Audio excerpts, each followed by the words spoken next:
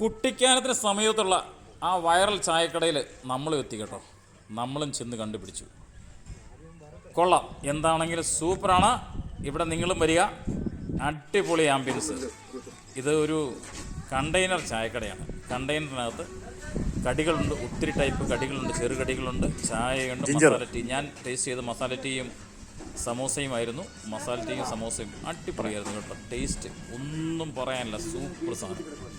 പിന്നെ ഇവിടുത്തെ ആംബിയൻസ്, അതിൻ്റെ ആ ബൈക്കിലേക്ക് ഇറങ്ങി അങ്ങ് നോക്കിക്കഴിഞ്ഞാൽ എന്നാ രസമെന്നറിയോ. നല്ല അടിപൊളി തേയിലത്തോട്ടം.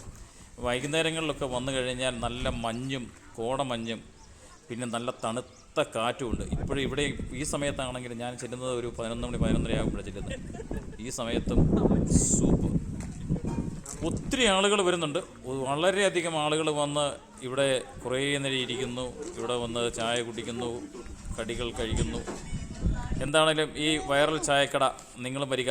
കുട്ടിക്കാനത്ത് നിന്ന് ഏലപ്പാറ പോകുന്ന വഴിക്ക് അവിടെ നിന്നും പാമ്പനാർക്കുള്ള വഴിയുണ്ട്. അതിലെ പോരുമ്പോൾ ഒരു 4.5 കിലോമീറ്റർ വരുമ്പോൾ ഈ കട കാണാം.